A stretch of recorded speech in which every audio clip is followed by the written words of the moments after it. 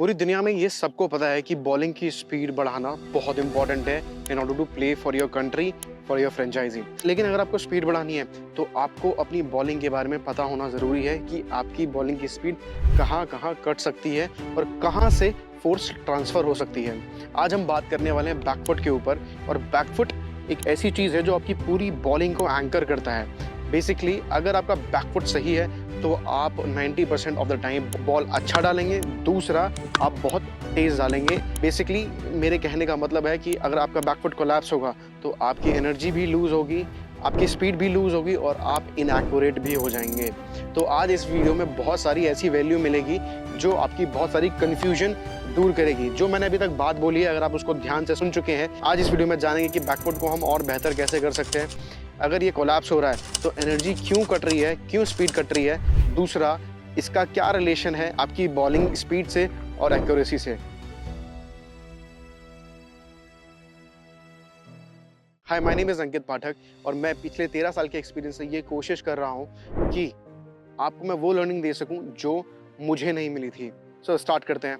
देखिए, जब भी आप रनअप में भाग के आते हैं, सबसे पहले आपको मोमेंटम क्रिएट करना होता है और उस मोमेंटम को जैसे ही आप क्रिएट करते हैं, उसको आप जंप में ट्रांसफ़र करते हैं। लेकिन पहली चीज़ जो ज़मीन में लैंड करती है जंप के बाद, वो होती है आपकी बैकफुट। यहाँ पे हम बात नहीं करेंगे कि आप साइड ऑन बॉलर हैं, सेमी साइड ऑन बॉलर हैं, कैसे भी आप बॉलर हैं, सबसे पहली चीज़ जो ज़मीन पे पड़ेगी वो है बैकफुट। और बैकफुट जैसे ही लैंड करता है, वो डिसाइड करने वाला है कि आपकी आगे की चेन कैसे खराब होगी। देखिए, बॉलिंग में एक सिंपल रूल है, अगर कोई भी चीज़ आपकी खराब है तो चेक करो कि उससे पहले की चीज़ें सही हैं या गलत। अगर आपका बैकफुट लैंडिंग खराब है तो 2-3 चीज़ें आपकी खराब हो सकती हैं। या तो आपकी जंप बहुत ज़्यादा हाई या फिर लॉन्ग हो रही है। दूसरा, आपका रनअप स्टेबल नहीं है, या फिर आपकी जो ओवरऑल बॉडी है वो अनस्टेबल है। ये सभी कारण हो सकते हैं आपकी बैकवर्ड लैंडिंग खराब होने का।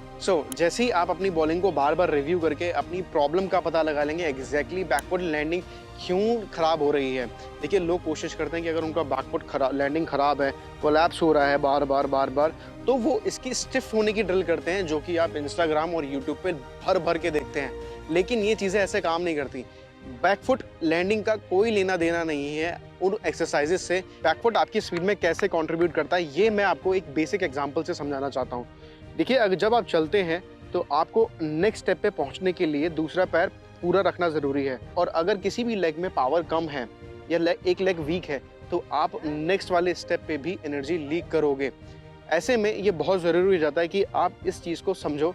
अगर आपका रनअप खराब है तो आप जंप और बैकफुट में भी खराब होगे। और सेम, अगर आपका रनअप और जंप ठीक है और बैकफुट खराब है तो आपका एक्शन वीक ही दिखाई देगा। अगर आपको ये क्लैरिटी नहीं है कि हो सकता है कि आपका रनअप, आपका जंप, ये सब कंट्रीब्यूट ना कर रहा हो उस रनअप को स्टिफ करने के लिए, तो जैसे ही आप पता लगा लेंगे कि आपका एक्चुअल रूट कॉज क्या है, आपकी बैकफुट लैंडिंग क्यों ठीक नहीं हो रही है। मोस्टली केसेस में होता है कि आपका मस्कुलर लेवल पे आप वीक होते हैं।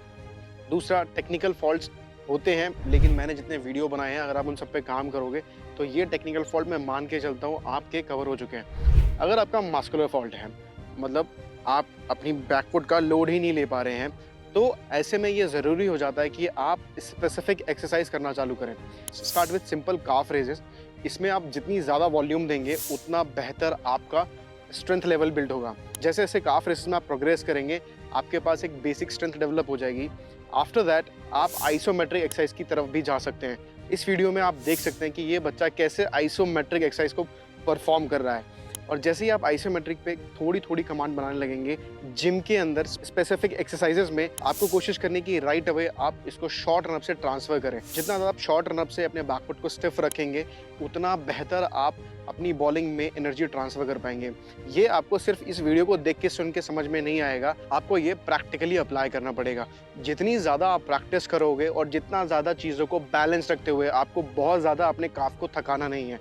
अगर आप बहुत ज़्यादा ये रिपीटेटिवली एक्सरसाइज करोगे तो आपको इंजरी होना 100% तय है। मैं आपको सजेस्ट करूंगा कि अगर आपको बैलेंस समझना है तो आप अपने कोच से इस बारे में बात करें। अगर आपके कोच को भी नॉलेज नहीं है तो आप पाठक एकेडमी ऑनलाइन ट्रेनिंग में भी इन्वेस्ट कर सकते हो। जितने भी लड़कों को मेरे साथ काम करना है या अपनी बॉलिंग के बारे में जानना है कि अपनी बॉलिंग को वो और बेहतर कैसे कर सकते हैं, आप हमारी वेबसाइट पे जाके अपने ट्रायल्स को बुक कर सकते हो और आकर यहाँ जान सकते हो कि एग्जैक्टली क्या कमी है, क्यों आप सेलेक्ट नहीं हो सकते हो और उसका क्या रोड मैप रहने वाला है, जिससे कि आप बेहतर तरीके से कम समय में इम्प्रूव कर पाएँ। अंकित पाठक साइनिंग ऑफ, मिलता हूँ नेक्स्ट वीडियो में।